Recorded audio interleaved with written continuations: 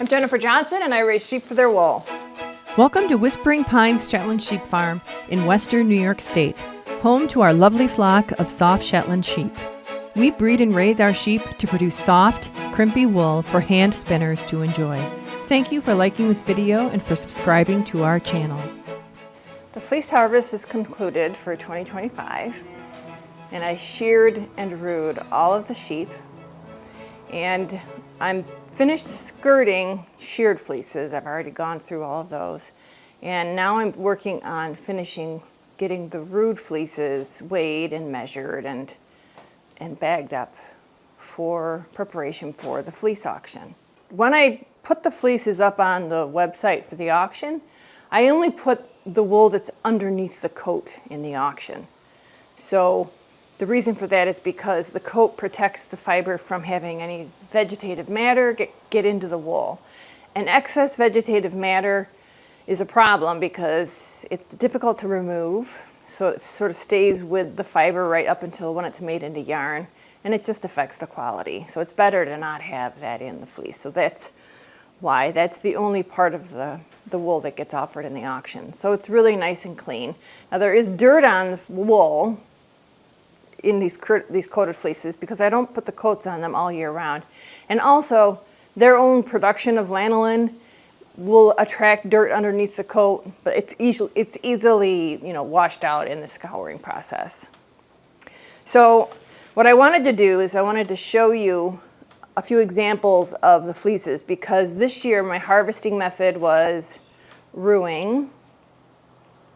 And what I did was I went and rooed everybody that I was planning on rooing halfway. So I just did one half of her coat. And once I got everybody done with the one half of the rooing, I went back and rooed the other half. So rooed fleeces are always going to come in two pieces. And it's been a little bit tricky because I didn't match them up as I went. So it's kind of slowing me down as far as getting the rooed fleeces skirted and weighed and stuff, because I have to match them up, and there's quite a few of them. There were a few ewes I had decided I was going to roo, and as I was working on them, realized that their break wasn't as weak, so the wool wasn't coming off as easily. And so in some cases, I was forced to use clippers to get portions of the wool off. So with many of the ewes, it seemed like the wool on their shoulders was a little more difficult to remove. So I don't really know, I have any observation about that. So in those cases, I just had a pair of clippers handy, and there might be little spotty sections where I was forced to do that. There were two ewes where I rooed one half, and our experience was so poor that I actually had them sheared by the shearer. And with both of them, it was obvious that they were really uncomfortable, and I just didn't want to put them or myself through it. So I ended up having the shearer shear the balance of their wool. So there's going to be a half a root and half a shear. And I'm pretty sure it's just Fanny and Leighton that are that way. The shearing went really well this year. We sheared in June as opposed to April, as we've done in the past. I feel like they were enough through the rise. Either they were enough through the rise that there wasn't any issue with getting the clippers through the wool, or it could be the fact that nobody had a really weak rise, and so the ones that I normally shear just sheared that much better. I don't know. I can't really theorize why. I'm going to try shearing in June again next year to see how that works. One of the things, the downside about having sheared in June is that I'm still skirting here in early July, and you can see I'm kind of swatting flies, and it's hot, where I'm used to shearing with like slightly cooler weather. I'm used to skirting in slightly cooler weather. I'm also skirting in the back new addition part of the barn again this year. That worked out really well. I've got all the fleeces that I've completed. They've been skirted, weighed. I've recorded all the data on the cards. I'm using the same cards as I used in prior years, where I take a sample of the wool, write all the information on one side, and then paste the micron data on the other side that I get from Texas A&M that report for each individual ewe. So that's working out really well. I'm making use of my magnets to do the matching. So if I find one half of a Roo'd fleece, I'll put it up there. And then as I'm digging through the wagon for other stuff, if I find a match, I put them up together. The wool that doesn't go into the fleece auction, which is ram fleeces, and then skirtings that aren't too dirty, which there's quite a bit of wool that's still usable on the sheep that doesn't have loads of VM, or it's not, doesn't have big, heavy tags of manure. Those all go into pooled bags of wool by color. So there's 5 colors: black, white, gray, morat, and fawn. So for the comb top, I'll be working with a new mill because Zeilinger, who was my supplier, has shut down. So I've found a place that does comb top, and comb top just seems to be the best preparation for our very fine, crimpy, slightly shorter staple wool. It just, for whatever reason, it tends to take better to that process. The turning it into roving and then taking the roving and combing it is the process, and it just makes a really nice, clean prep. My yield is very low. I usually only get like 40% back for the weight, but it's really nice. So that's just the way I go about it. So working with the new mill is going to be interesting this year. Their minimum is 35 pounds. So it's possible I'm going to have to combine colors. Maybe I'll have to put the morat and the fawns together to come up with one brown base color there, but we'll see how that goes. I did end up buying roughly 50 pounds of fiber from farms that have our sheep that I've sold to them, and they sell me back the fleeces, and those will be going into the comb top pool also. So hopefully we'll be able to hit the minimum with all the colors so I can offer all the lovely Shetland colors, all 5 of them. So going by the numbers, there were 65 fleeces in total. 6 of them were ram fleeces, so they went right into the comb top. 2 of the fleeces that I've kept for myself so far, I haven't finished going through all the Roo'd fleeces. There might be 1 or 2 in there I decide to keep. But I'm keeping Musetta's, she's a beautiful white ewe. She had a little rough shearing time, so I figured I would just keep that one. And so I'm spinning that into yarn. It's working on it right now, and it's absolutely lovely. I'm really enjoying it. Then I'm also going to take Lakshmi's fleece. She has very tightly coiled locks. I'm going to make some lock spun yarn from hers. She's gray. So looking forward to that one as well. She was a Roo'd ewe, so that's going to, I don't think I've ever worked with Roo'd fleeces, my own Roo'd fleeces. I usually like to offer those to hand spinners. So in the auction, there will be 8 black fleeces, 12 fawn, 12 gray, 10 morat, and 15 white. So a good variety of colors. There are 3 spotted fleeces. So I've got a lot of spotted sheep, but their fleeces are solid. But there are 3 ewes in my flock that have variation color, which would be Mabel. She's fawn. She's mainly white, but she's got little fawn spots, so it's kind of fun. Luciana, who's black and white spotted with pretty wild spotting. There's really no pattern to her. And then Belinda, she's a light brown, and those spots are white. Luciana's black and white. Of all the fleeces, there's 32 Roo'd, 21 sheared, 2 hybrids, and I think there's more than that. There must be more than that. I don't know why that's... but there's a few hybrids, and then there's 2 that I Roo'd and sheared, Fanny and Leighton. So I still have Roo'd fleeces to finish that I'm going to be putting into my spreadsheet. I don't know what my total weight of all the wool I have is yet, but I will have that. It's going to be a lot. I will offer the micron data again. I'm going to be offering the micron. Sorry about the flies. It's just unbearable. The micron data once again this year, and my total flock spinning fineness was 22, just pretty great. I'm really happy with that. But what I want to do now is I wanted to show you a few of the fleeces that stood out to me. Adriana's is the first one. She's a morat ewe. She was bred this year. She had lambs. I Roo'd her and then ran into trouble, so I did use the clippers. So this is a fleece that I will be describing as a hybrid in the auction. So they'll have tags on the page where the fleeces are, and you can filter by the different tags. So hybrid will be one of those tags. just before the auction goes, which is probably going to be the end of July, I'm going to be sending out a couple communications. One of them will be an email explaining all the tags, how to use the data that's, I offer in each listing. And then there'll be another email that'll say the auction is going to go live tomorrow so that you can be ready. I do want to make an important point, and that is you have to set up an account and log in to participate in the auction. The application I use to do an auction on my website requires that you sign in using an account, and I suspect that it's to prevent fraudulent bids and,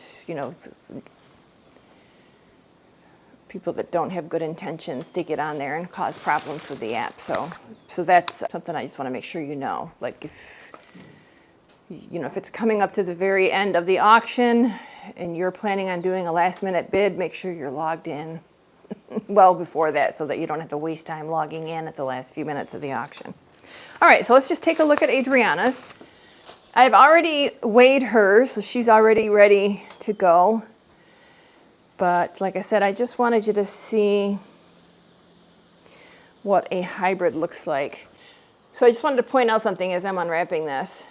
There's going to be sections of the fleece maybe that have bits of dirt in them. I left it in there. It just didn't look like an excessive amount, and I didn't want to cheat you on the wool that you could be getting. So they're, especially around the perimeter of the fleece. So here's a little bit here. I'm actually going to pull this out as I talk to you just because I see it now, but it's possible I'm going to miss bits like this. I like Adriana's crimp a lot, and I also like the color. It's a really delicate, gentle moret. She's not a deep, rich one, but it's just a really pretty color and a pretty fleece. A nice staple length also.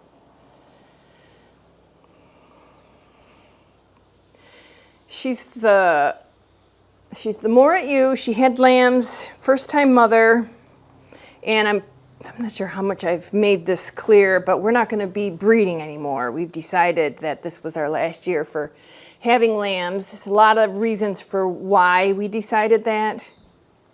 Mainly because when I have lambs, I have to sell adults to make room because I've only got limited amount of space.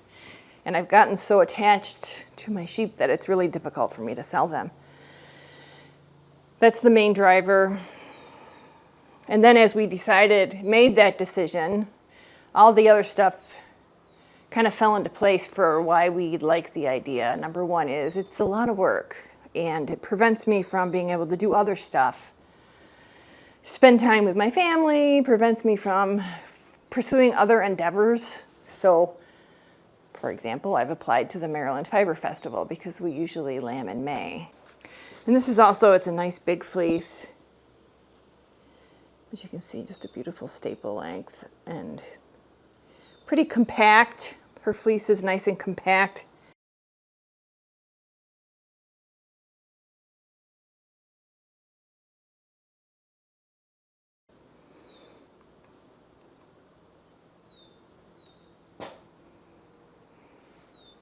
So I just wanted to show you what I will say about the hybrid fleeces. When I was cutting through clipping, I did put a good amount of effort into ensuring that I stayed in that weak spot. So I left fleece on the animal at the expense of making sure the fleece was nice and had good integrity. So here's a patch here where I clipped Adriana, and you can actually see it on her, where you can see the spots where she got clipped versus Roo'd on her body. But here we've got the cloudy bits where you can see I tugged it off, and then here's some more blunt pieces where I sheared it. I don't think it affects the quality. Like I said, I did take a lot of care to make sure that I was clipping right at the weak spot so you won't get any pills or second cuts or anything. So that's Adriana's fleece. And like I said, my Roo'd fleeces are in 2 sections, so I'm going to roll this back up and put it in the bag. I've already put all the information on these fleeces in my spreadsheet, and the cards are already in the house in my office, so I don't have all the data on each fleece. But when I put her fleece up in the website, you'll see the weight and you'll have all that other information.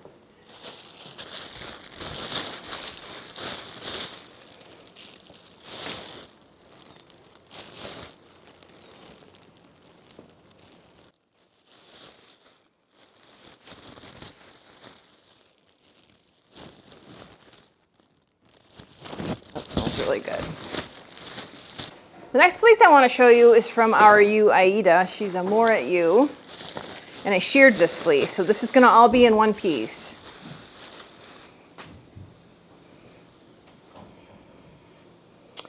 And she is a really dark Moret. I sheared her last year. She just doesn't really have a nice break. It's just the color really stands out to me as I look at this fleece from our Aida. Is she out there? No. Very fine. And it's dense, even though it is incredibly fine. So what I like about her fleece is that I feel like this is really interesting. The contrast of the really light blonde tips against the Moret. So there's a couple ways I would process this. Her fleece looks fairly tippy. The way I would process this is I would wash it and I would drum card it and let the tips be some texture, be like little neps. You could also very easily wash this, flick it, and have a beautiful, beautiful brown, really nice sport weight yarn. But look at that, it's just such a nice staple length. This fleece came out really nicely. So this one is from Aida, and again, this is sheared, but you can see the shearing quality also. It's just really nice. And this is pretty much what everybody looked like. I didn't really see a whole lot of mats or pads or anything. It was just really, really lovely. So that's Aida. She's younger, so she's smaller. She's a yearling. And she's a small yearling. She was a twin. Her brother was a bottle lamb. And so when I was in the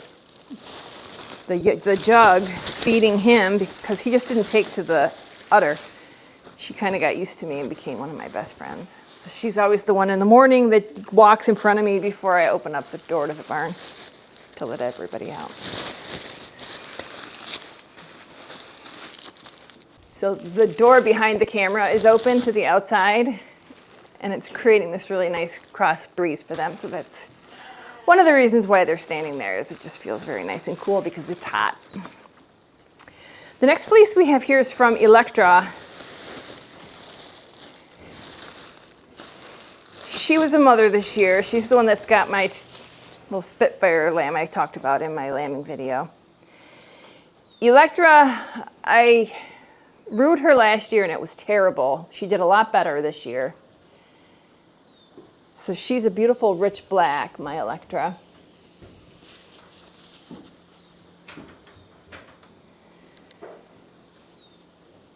Black is really difficult to capture. There is about what it looks like. As I get closer, it gets lighter and it's not a true representation, but this is pretty much what her fleece looks like on the skin side. I want to get close up because I just want to show you on a lot of my black fleeces, little flecks, white flecks appear that probably are on all fleeces, but they just show up more on the black fleeces.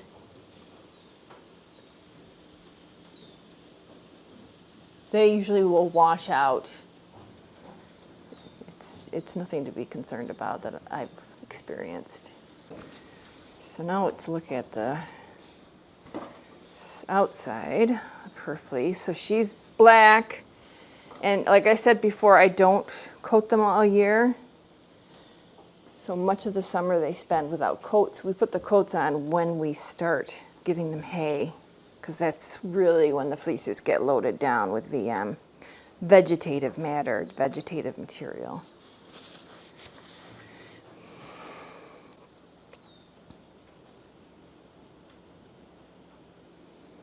It's a little bit more open, but her tips are well enough defined that you could grab this and comb it or flick it pretty easily. Just pull pull off a small lock again without even stretching it. Such a nice staple length. So I'm really happy this year with the fleeces. They're pretty much consistently this quality, and honestly, if they aren't this quality, they're not getting in the auction, so I would keep them for myself to process. So that's just kind of a quick preview. I wanted to share a few fleeces just to kind of give you the character and the quality. Honestly, I think I'm really proud of all of them. And the ones that are in the auction, you know, they have to be excellent quality. And I always put this in my auction, and that is if you purchase a fleece, I really recommend you start by just washing a small piece of it, small section, and then process it, see if you like it. Because if not, I'm very happy to take the fleeces back and issue a refund for, you know, whatever part has not been processed. Just be aware that, you know, it's a very low risk scenario. Even like when you open the box and you look at your fleece and if you're not happy, I will very happily take it back. So I got a bunch of other details, but like I said, if you subscribe to my email list, I'll have all that information on the email that goes out. I really do hope to have everything done by the end of July. The Roo'd fleeces go really rapidly because there's no skirting. I skirt as I roo, so it shouldn't take me that much longer. And then there'll be the fun part of packing up my wool that's going to get used for comb top. And then, of course, the whole fun after the auction of packing up all the fleeces and sending them to their new homes. But it's pretty exciting. I'm really proud of the girls. I think they produced really well this year for us. And I think, you know, if you're interested in this farm, I think you recognize how special these fleeces are and these sheep.